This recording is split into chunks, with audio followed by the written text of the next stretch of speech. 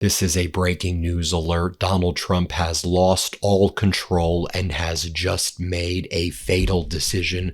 Donald Trump and Netanyahu will be engaging in the largest attack yet on Iran. Both CBS, Wall Street Journal, and other outlets are reporting the U.S. and Israel, Donald Trump and Netanyahu, are preparing the largest attacks yet on Iran. They will be targeting energy infrastructure, power plants, refineries, bridges. They will be engaging in war crimes which could last up to 12 days, although Donald Trump is saying that he wants to end the strikes before the markets open on Monday because he believes it could be a bloodbath in the markets right now. Here's the headline from CBS. U.S. and Israel are preparing to bombard energy-related targets in Iran, sources say, and again, CBS is a state regime media. Wall Street Journal reporting the following.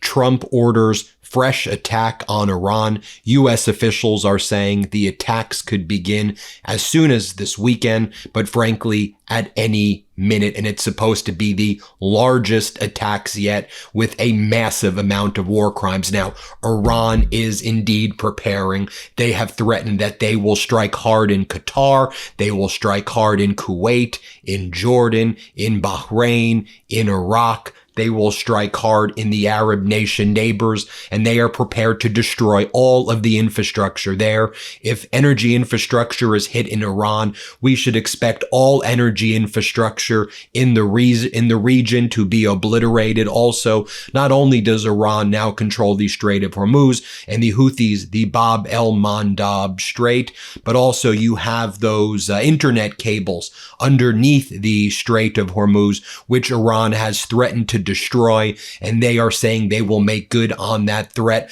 disabling the internet throughout the Middle East and impacting the entire world. Donald Trump posting this creepy photo of himself. He was in Camp David today with his cabinet of war criminals where the decision was made, along with Netanyahu, to engage in the largest attack yet on Iran. Folks, we do indeed expect massive amounts of casualties in Iran and in the region. This is a deeply disturbing report indeed, and what we're hearing from sources as well is indeed deeply disturbing.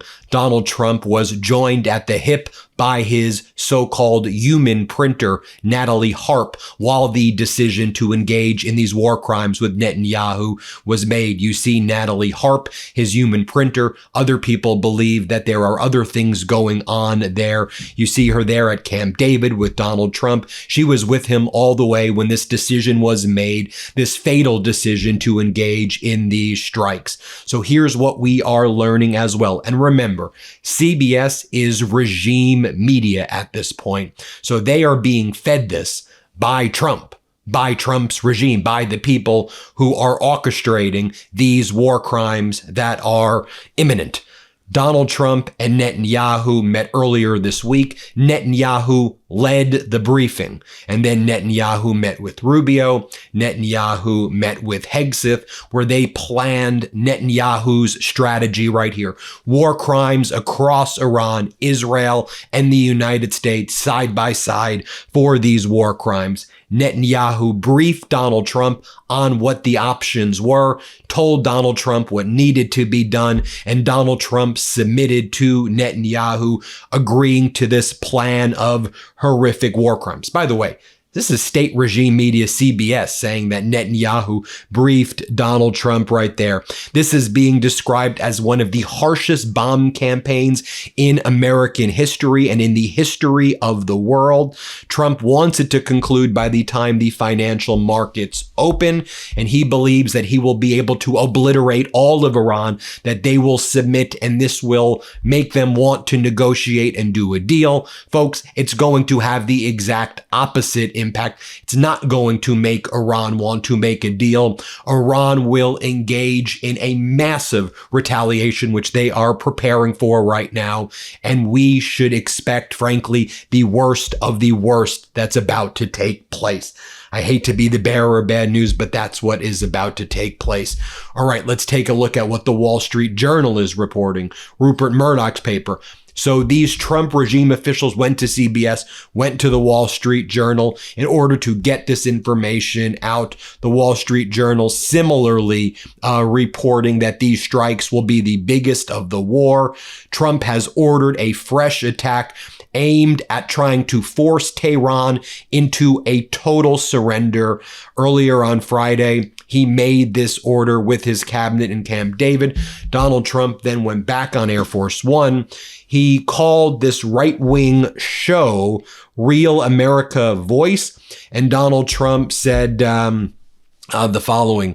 He also claimed that the United States was hitting Iran last night, and then he meandered and started talking about Ukraine and how we could go in and take Ukraine's resources whenever we want. I previously reported that the United States is now depriving Ukraine of its Patriot interceptors and Patriot interceptor licenses that were promised to Ukraine. But here Donald Trump claims that we struck Iran last night and we beat the hell out of them last night, and now we're going to beat the hell out of them again. This is what Donald Trump said when he called into this right-wing show moments ago. Let's play it. They want to negotiate. We start negotiating. In the midst of a negotiation, they fire 5 rockets at us. We knock all of them down, and then we beat the hell out of them like last night. We beat the hell out of them. And we're not stopping either. So, no, we have a great military, amazing military. I built it. I built the military in my first term. Now, Biden gave away a lot of military, a lot of it. He gave away a lot, $300 billion. Can you believe it? And he could have, Europe would have paid for it. All you had to do is ask. Now they pay. We give them things and they pay. They didn't pay under Biden. But if you remember, I made a deal. In theory, we get back our money because we made a deal for rare earth, and we made a deal to go in, and we have the deal. You know what I'm talking about. I do. It might be worth much more than $300 billion, but we can go, and Ukraine is very rich, very fertile soil in terms of rare earth. And then very sickly and disturbingly, Donald Trump responded when he was asked, how much longer do you think this is going to be with Iran? He started talking about Venezuela. And then he said, depending on your definition of the Iran war, we only lost either 16 or 18, depending on what your what do you mean what your definition is? You resulted in the death of 18 of our service members. And he's saying this because he's getting ready for the death of many, many more service members. He's like, look, in Vietnam, 50,000 deaths. Only 18 deaths so far, because he is prepared to put our service members in harm's way, where I think we can expect mass casualties very, very shortly. Listen to what he said. Let's play it. Negotiations, if you even want to call it that. But do you have any idea? Is it a month? A year? How long does it take to resolve what's happening? So, always difficult to do. Don't forget, we did Venezuela. Nobody talks about that. We did that in less than a day. Yeah. It was done in exactly 48 minutes to be exact, but less than a day. We lost nobody. With Iran, we're at 16, depending on definitions, we're at 16, 18 people. And then Donald Trump said, I'm doing a much bigger job than I said I was going to do with Iran. Now I'm going to do an even bigger job. Here, okay, play this clip. So we'll see what happens. It's really bad to put it. I'm doing a much bigger job than I said I was going to do. I was going to go in and knock out the military, go in, go out. But then I realized if we do that, we have to have some form of maintenance. Otherwise, they'll rebuild. And the one reason I went in was Iran cannot have a nuclear weapon. And then Trump brags that prices are way down when they're not. He goes, prices are way down. Everything is great. No, prices are not way down. I don't know what frickin' world you're living in, but in the real world, prices are up. And it's because of your catastrophic behavior, you freaking war criminal. Here, play this clip. Prices are way down with the exception of the oil. And that'll go down. As you saw, when they thought we had a deal 2 weeks ago, the prices dropped like a rock, and that'll happen. But we want to have a real deal. I don't want to have a fake deal. More from this disgusting, vile war criminal, right? I'm just so damn angry as I'm doing this report right now that we have Trump and Netanyahu getting us into this again, more war crimes, and this is going to result in a massive global catastrophe, folks. This is what Trump is saying as well. He goes, Vietnam only lasted, he goes, this only lasted 5 months, 6 months. The same people who got us into Vietnam are complaining about this. What do you mean the same people who got us into Vietnam? What are you even saying right now? Your words were that this would be over in 4 to 5 weeks. First, you said it would be over in days. And you've been lying and lying and lying. And now you're engaged in the largest attacks yet. Here, play this clip. Vietnam went on for 21 years. We're in our 5th month. And they're saying, it's taking too long. The same people that kept us in Vietnam for 21 years are complaining.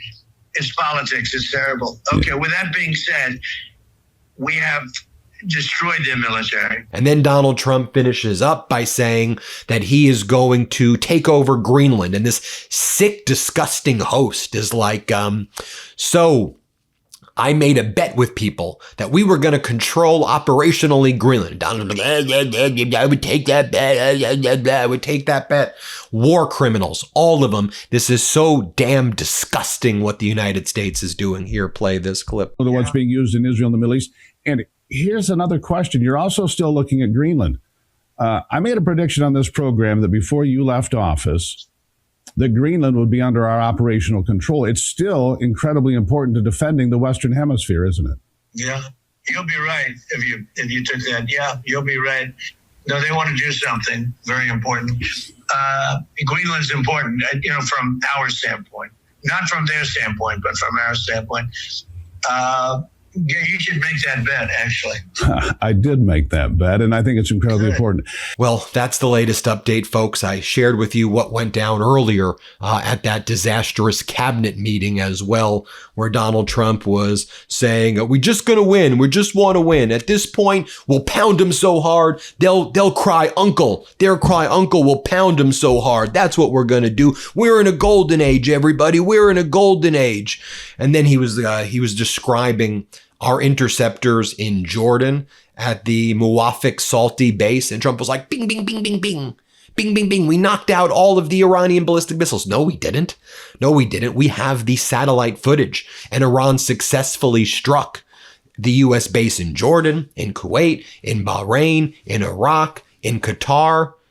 All of them were hit very, very, very hard. We'll keep you posted, folks. We're going to probably be given lots of updates as we get more information on the strikes beginning. Heinous, heinous war criminal. Hit subscribe. Thanks for watching. Before you go, our book, WTF America, is available for pre-order now. It's the story of how we got here and how we fight our way back. To pre-order, scan the QR code or click the link in the description. Let's do this.